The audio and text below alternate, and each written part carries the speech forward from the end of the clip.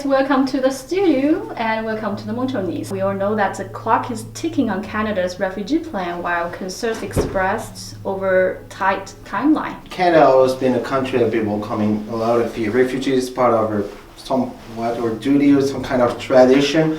For sure, these people are in a pretty dangerous situation. You have to do something quickly. It's never possible to control everything. There's a part of risk that we have to accept. It's part of the whole process.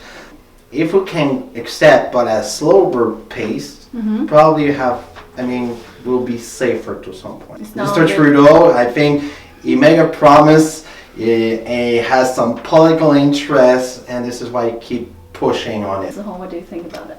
Yeah, the most important thing is the security of the country. Right. Yes, because for sure, most of people are coming, I'm sure, to have pretty good intention. One of the best examples is like Refugee, which is Celine Dion's husband, which is actually it's I think his mom's dad is of Syrian origin. I didn't know that. Yes. So here we have an opinion on the government's plan to resettle 25,000 Syrian refugees. 53% of the Canadians say the timeline is too short to ensure, as you guys think. Yeah.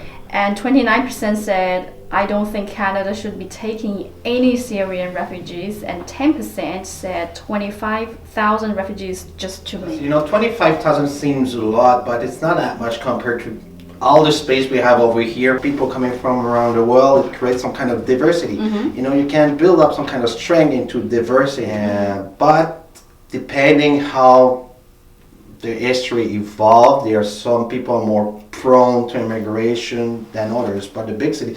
And at the same time, I was explaining earlier, we have to replenish our population, because 10 or 15 years from now, the population in Canada will go down. It will going down because you have more senior people than young people. So we have to replenish to maintain the economy. Canada is also one of the member countries of NATO, so they have regulations within the members of the NATO countries that they have to take refugees. Refugee, I know that we accept a lot of Vietnamese in the 70s after the Vietnam War. Oh, the Boating people. Do you know the history of the Boating people? The country was totally devastated after the Vietnam War. The American arrived there, bing bang.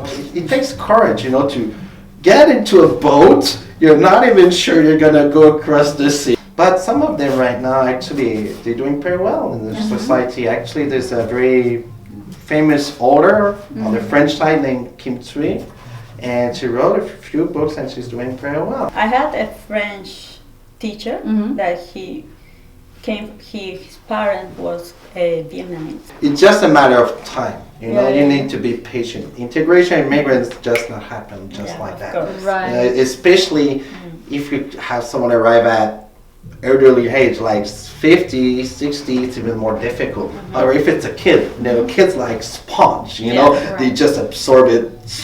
And for the second generation, when you have baby here, so it's easier. Right? Yeah. They feel like they are Canadian. Are there many refugees from Cuba? Oh yes, they are. There are. But Cuba, there because of the war or the politics? The politics, yeah. Okay. Most of the people, we just welcome them and we want them to also stay warm and stay happy as we are. But if there is a percentage of risk, we are just afraid and hesitate to take them. If you're a terrorist, will you go really through that complicated process? It will be far easier for you to take a tourist visa and commit, especially that most of the terrorists, they're killing themselves at the end. So they commit suicide bombing. Sometimes maybe it's depending on the personal feelings that all the things like that are just too overwhelming. The latest response was Montreal sewage dump. And I know that you're a chemist and a kind of expert on that.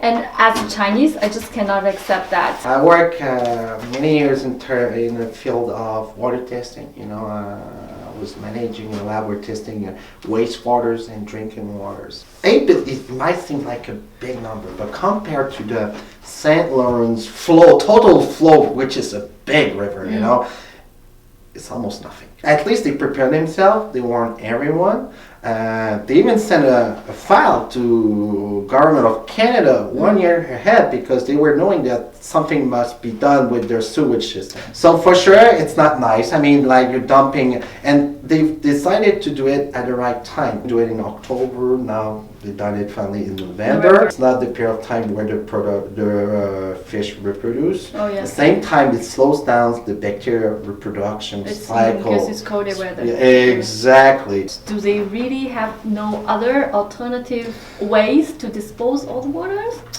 Actually, I guess they should be recycled or something. but the other solution will be far more costly to some point. The other solution will be far more probably a matter of cost. So you always have to find a balance between the cost and the consequence. There's no solution without consequence. Now it made a scandal, right? Because it was the middle of political campaign. Oh yes, right. The conservative have.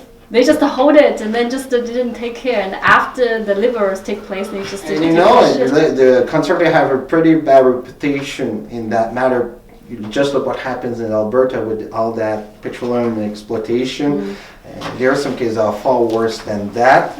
And you know, just to improve their reputation on the environmental side, they just hold it and use it for their political campaign. Again, I didn't have a sense of security that if I'm taking a tap water, can I just drink it? Actually, there's the water quality hack. Usually have the federal, they establish basic sets of parameters, and then the province are free to have additional parameters to test. Again, a matter of political choice.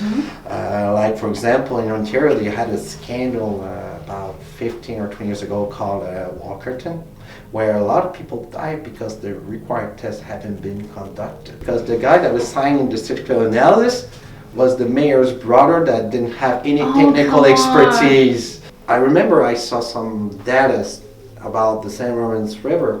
In the 60s, there was a serious mercury contamination issues. But they tested it like in the 80s, 90s. Now they have hard time to detect any mercury. I have friends said they never eat fishes from the St. Lawrence River because they are totally polluted. Is that true or not? For sure. I mean, it's not. That water is not perfectly clean. Usually, the higher the fish is on the food chain, the highest the amount of contaminant they're going to accumulate, because you have the small fish, and you have a bigger fish eating a smaller fish, and like that. You know, it's like a food chain. Salmon, tuna, are those that are on the top. But for sure, the St. Lawrence River right now is far better than it used to be 40 years ago. So you think it's actually still safe to drink the tap water? Montreal water, yes, for sure. In Cuba, do you guys drink directly from the tap water? No. No, it's not safe. It's not really safe. Okay, so you have to boil it, or you have we to boil put the water and use filter too, because it's too heavy. As long as it doesn't become a habit. It is a habit. 3 times, but you just look at the volume, it's not. So is that because Canada has a huge amount of water resources that people just waste them and they just take for granted? I'm more concerned by the fact that people keep spoiling water for stupid reasons here in Canada, because you go to many countries, you pay on the liter basis. Yeah, for sure. Here you pay a flat tax rate to the city, and people just don't care. In that case, for me it's a far more serious concerns, because it means changing people's habits. And changing people's habits always takes time.